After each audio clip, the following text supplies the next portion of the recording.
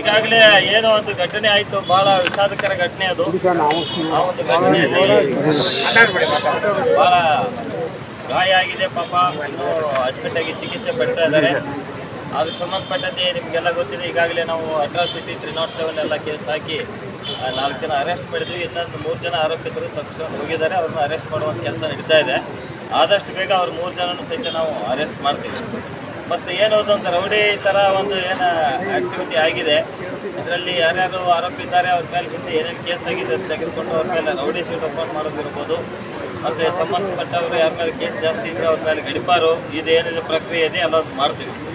ಮತ್ತು ಏನು ಅಡ್ಮಿಟ್ ಆಗಿದ್ದಾನೆ ಅವರಿಗೆ ಪರಿಹಾರ ಕೊಡಬೇಕು. ಆ ಒಂದು ಉದ್ದೇಶದಿಂದ SC/ST ಆ್ಯಕ್ಟ್ ಅಡಿಯಲ್ಲಿ ಈಗಾಗಲೇ ಕೇಸ್ ಆಗಿದ್ದರಿಂದ ಅದಕ್ಕೆ ಪರಿಹಾರ ಕೊಡಲಿಕ್ಕೆ ಒಂದು ಪ್ರೊವಿಷನ್ ಇದೆ. ಸೋಷಿಯಲ್ ವೆಲ್ಫೇರ್ ಅಧಿಕಾರಿಯವರಿಗೆ ನಾವು ಈಗಾಗಲೇ ಪತ್ರ ವ್ಯವಹಾರ ಮಾಡಿದ್ದೀವಿ. ನಾನು ಅವ್ರಿಗೆ ಫೋನ್ ಮುಖಾಂತರ ಸಹಿತ ಮಾತಾಡಿ ಆದಷ್ಟು ಬೇಗನೆ ಅದನ್ನು ಪರಿಹಾರ ಕೊಡುವ ಒಂದು ವ್ಯವಸ್ಥೆ ಸಹಿತ ಮಾಡ್ತೀವಿ. ಸೊ ಇನ್ನೊಂದು ಮುಖ್ಯವಾದ ವಿಚಾರ ಏನಂತಂದರೆ, ವರುಣಾ ಠಾಣೆ PSI ಸರಿಯಾಗಿ ಸ್ಪಂದನೆ ಮಾಡ್ತಾ ಇಲ್ಲ, ಬಂದವರಿಗೆ ಸರಿಯಾಗಿ ಮಾತಾಡಿಸ್ತಾ ಇಲ್ಲ, ಅಥವಾ ಅವರಿಗೆ ಕೆಟ್ಟ ಶಬ್ದಗಳಿಂದ ಅವಾಚ್ಯವಾಗಿ ನಿಂದಿಸ್ತಾ ಇದ್ದಾರೆ. ಅವ್ರ ಬಿಹೇವಿಯರ್ ಸರಿಯಿಲ್ಲ, ಅವ್ರನ್ನ ಅಮಾನತುಪಡಿಸ್ಬೇಕಂತೇಳಿ ನಿಮ್ಮ ಲೀಡರ್ಗಳು ಈಗಾಗಲೇ ನನ್ನ ಮುಂದೆ ಮತ್ತು IGP ಸಾಹೇಬ್ ಮುಂದೆ ಸಹಿತ ಪ್ರಸ್ತಾಪ ಮಾಡಿದ್ದಾರೆ. ಆ ವಿಷಯ ಬಗ್ಗೆಯೂ ಸಹಿತ ನಾವು ಗಂಭೀರವಾಗಿ ತೆಗೆದುಕೊಂಡಿದ್ದೀವಿ.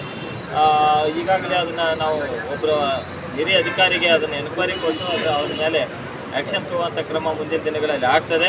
ದಯವಿಟ್ಟು ನಮ್ಮ ಇಲಾಖೆ ಜೊತೆ ಸಹಕರಿಸಿ, ನಿಮ್ಮ ಜೊತೆ ನಾವಿದ್ದೀವಿ ಅಂತೇಳಿ ಹೇಳಲಿಕ್ಕೆ ನಾನು ಇಚ್ಛೆ